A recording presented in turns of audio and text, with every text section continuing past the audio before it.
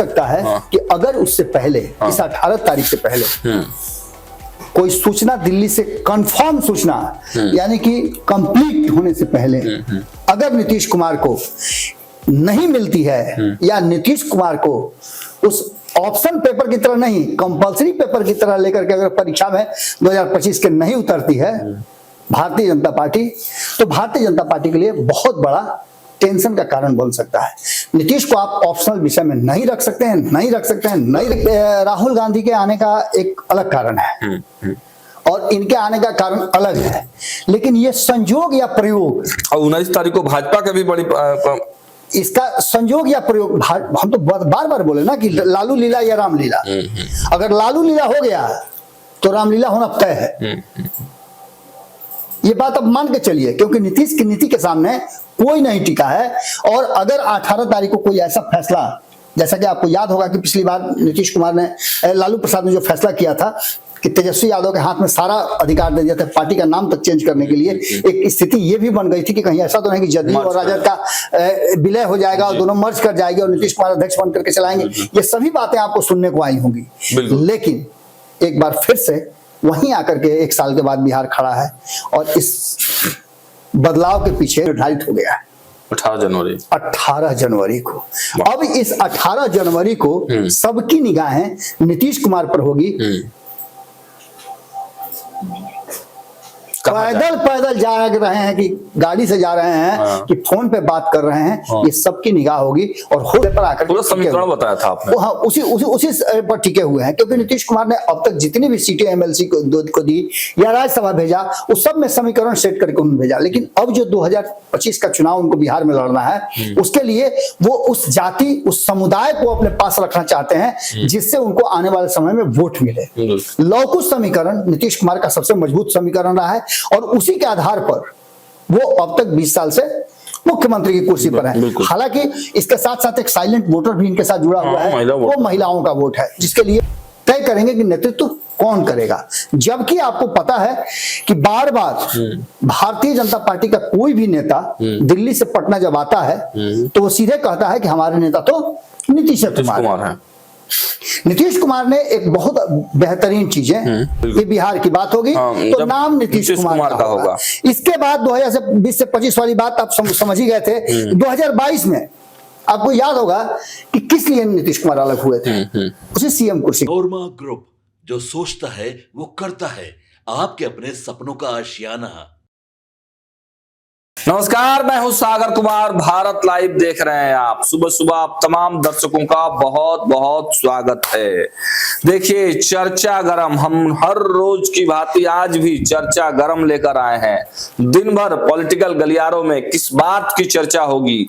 बिहार में क्या फिर से कोई बड़ा नया जंग छिड़ गया है? बिहार में राजनीतिक अखाड़े में दो धड़े फिर से आपस में टकराने वाले हैं। क्या कुछ होने वाला है? सीधे टॉपिक पे चलते हैं। मिशन कंप्लीट होने से पहले 18 जनवरी पर टिकी निगाहें। देखिए, प्रशांत किशोर ने भी कहा था, कल आपने बयान प्रशांत किशोर का सुना था, उन्होंने कहा था कि आने वाले समय में नीतीश कुमार एक अणे मार्ग में दही चूड़ा नहीं खा पाएंगे।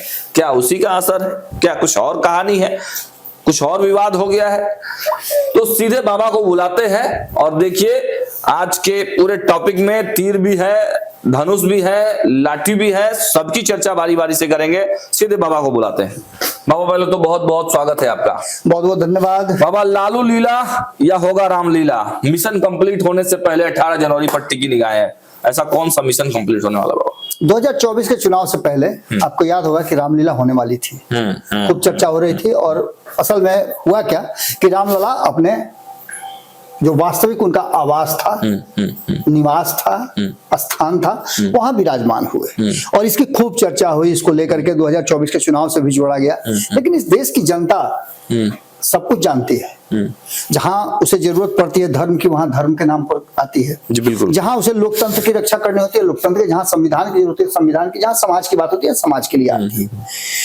अब इस देश की जनता को, इतनी प्रबुद्ध जनता है, लोकतांत्रिक, सबसे बड़ा लोकतांत्रिक देश है और उस देश में आप समझ सकते हैं कि लोगों में कितना ज्यादा अवेयरनेस होगा, जो कि अपने लोकतंत्र की रक्षा करने के लिए आते हैं बिहार, और बिहार लोकतंत्र की जर्नी जैसे ही जैसे चीजों को अपने हिसाब से आगे लेके चलता है, वैसे वैसे इस देश की राजनीति अपना आकार बदलती है। एक बार फिर से बिहार में विधानसभा के चुनाव होने हैं और उससे पहले बहुत सारी बातें आपको सुनने देखने को मिल रही होंगी। हालांकि इस देश की विशेषता यही है कि इस देश में कभी भी आप राजनीति से दूर नहीं हो सकते हैं। जी जी। आप राजनीति को दूर कर सकते हैं अपने से, हेट कर सकते हैं, लेकिन आप उससे नजर नहीं मोड़ सकते हैं, इग्नोर नहीं कर सकते हैं।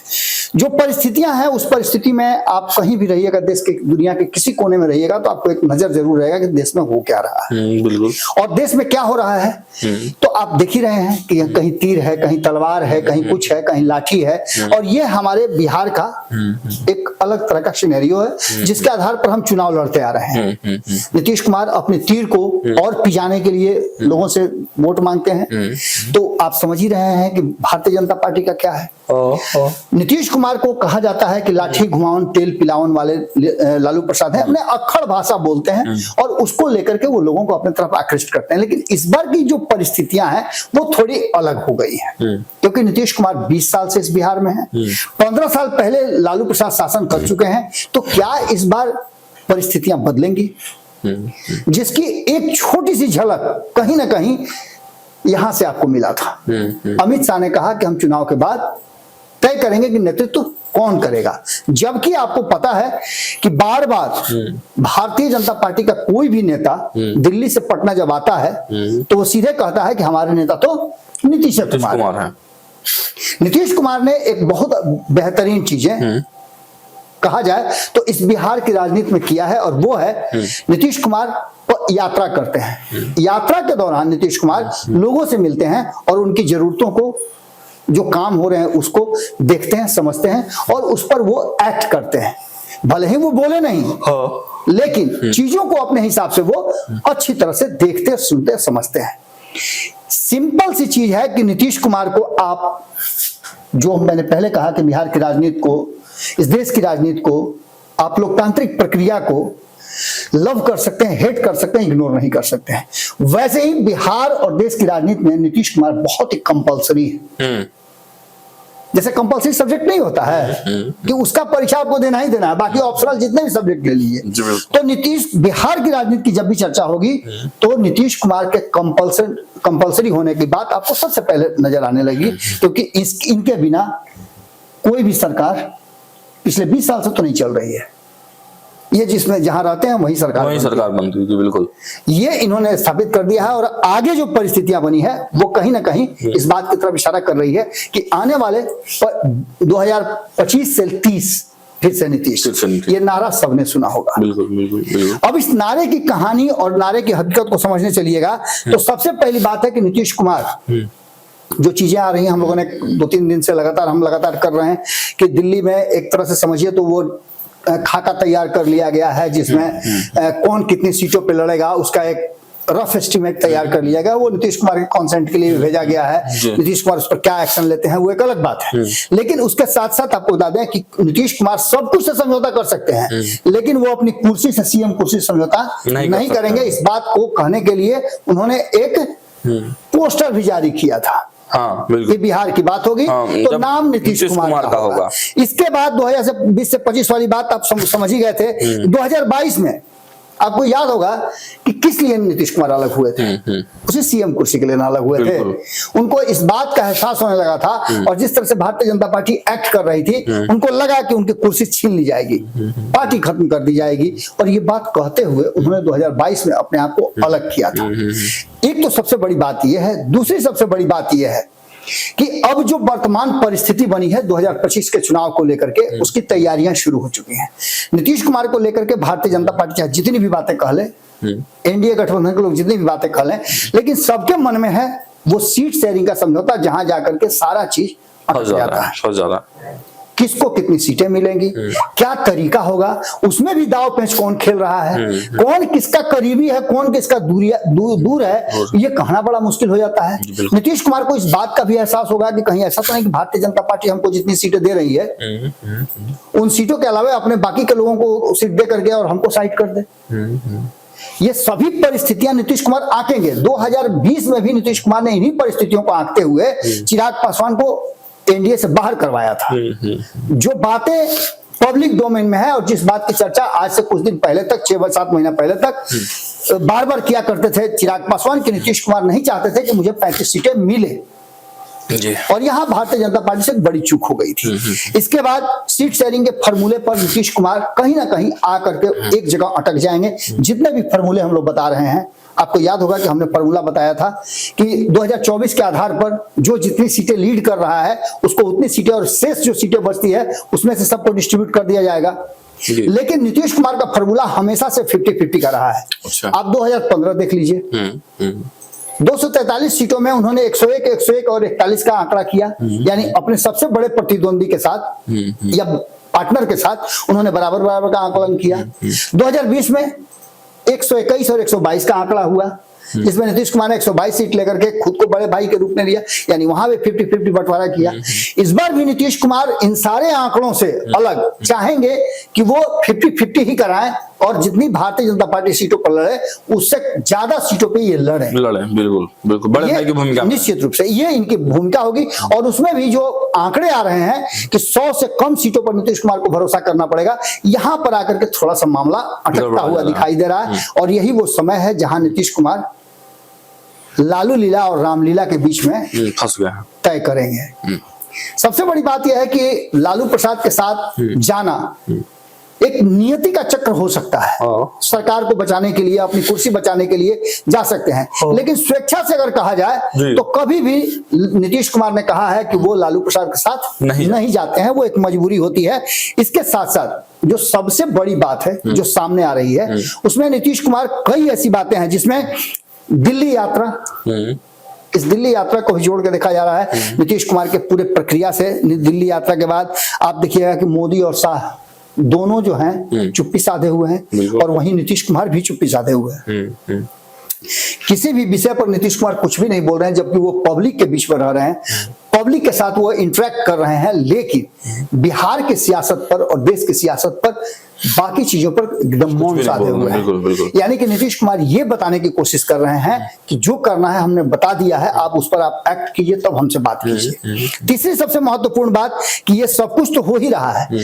आपको याद होगा कि एमएलसी के सिलेक्शन की बात जब भी आई थी, जब उसका डेट अनाउंसमेंट हुआ था कि 6 तारीख से नामांकन की प्रक्रिया शुरू होगी, हमने आपको तब भी बताया था, याद होगा आपको, कि नीतीश कुमार अति पिछड़ा समाज के लोगों को इसमें प्रश्रय देंगे और लगभग नीतीश कुमार उसी जगह पर, उसी फैसले पर आकर पूरा समीकरण बताया था आपने। हाँ, उसी पर टिके हुए हैं, क्योंकि नीतीश कुमार ने अब तक जितनी भी सीटें एमएलसी को दी या राज्यसभा भेजा, उस सब में समीकरण सेट करके उन्होंने भेजा। लेकिन अब जो 2025 का चुनाव उनको बिहार में लड़ना है, उसके लिए वो उस जाति, उस समुदाय को अपने पास रखना चाहते हैं जिससे उनको आने वाले समय में वोट मिले।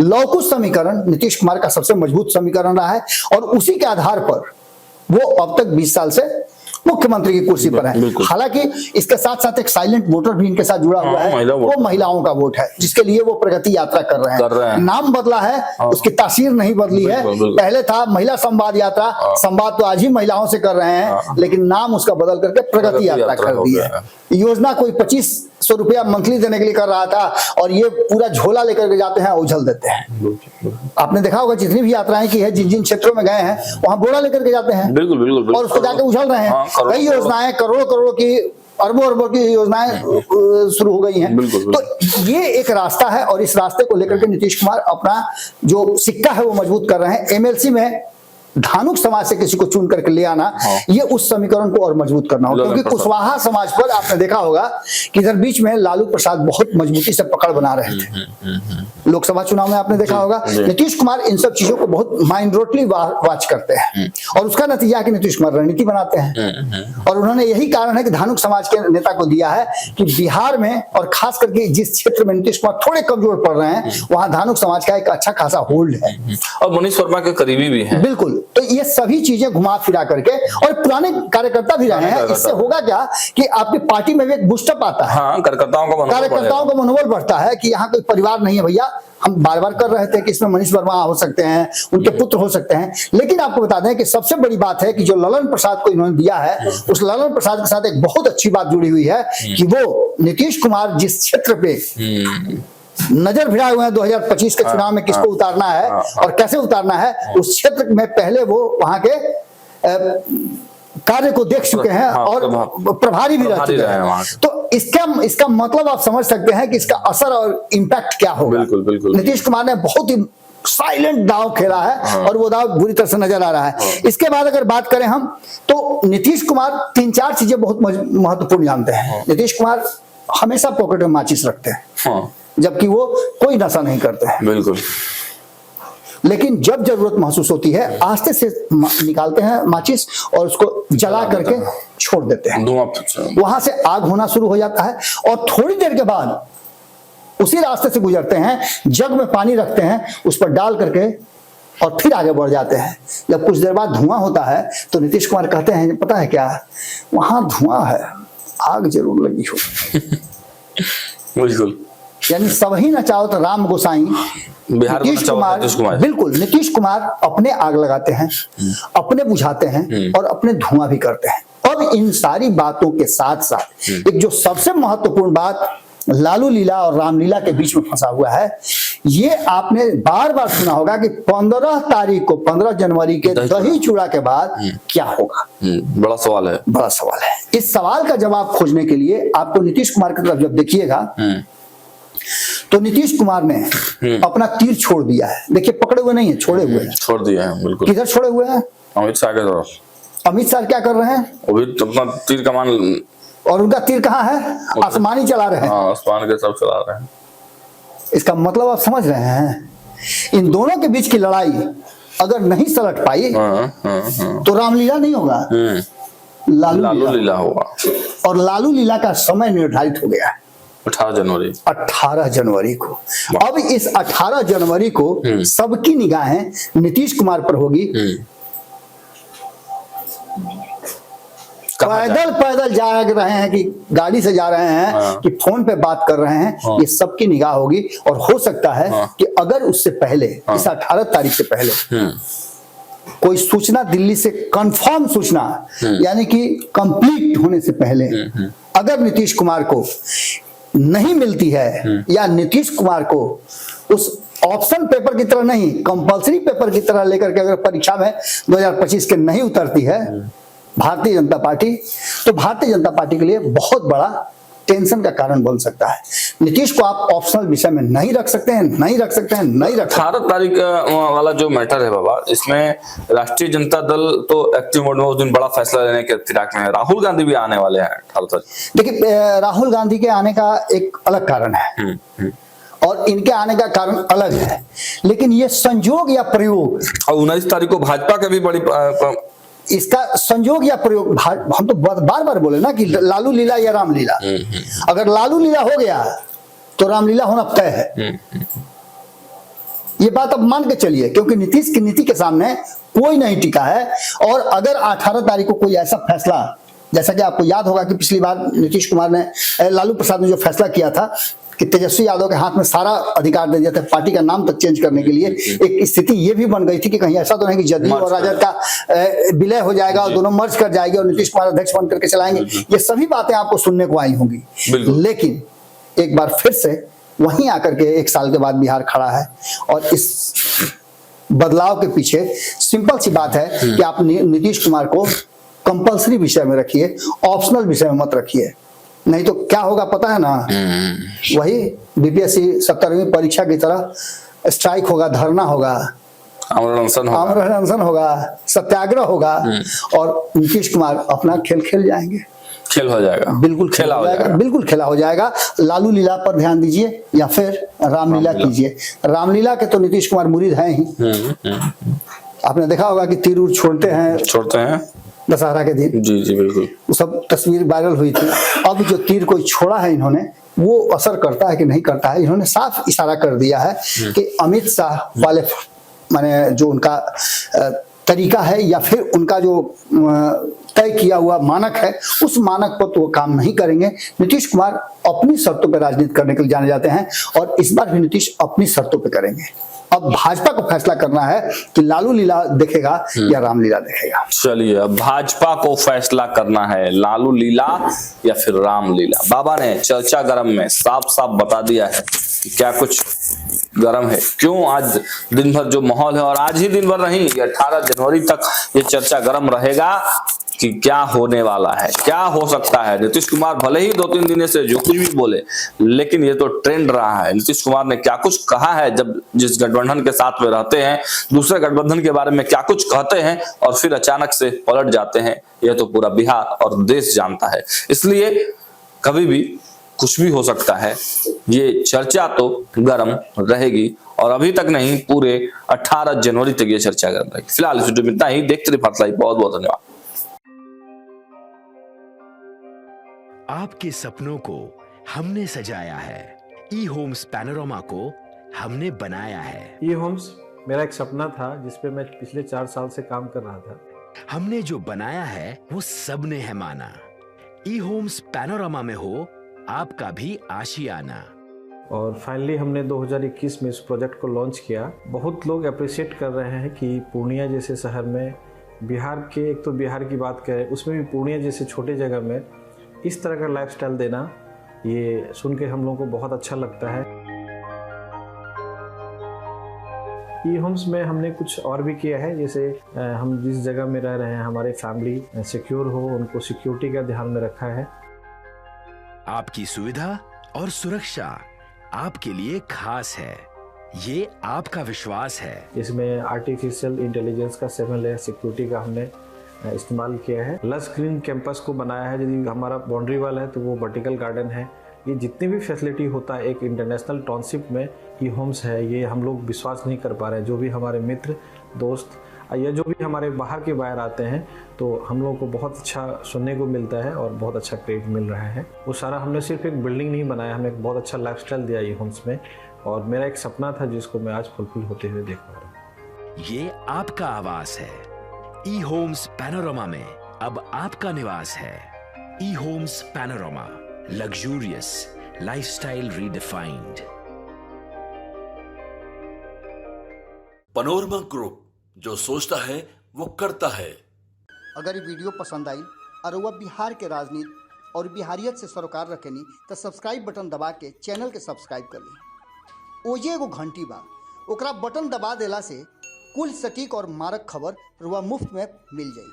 अगर रुआ पत्रकारिता के हमनी के नया प्रयोग में सहयोग कर चाहतानी तो ज्वाइन बटन दबा दी। पेटीएम नंबर नोट कर ली 938681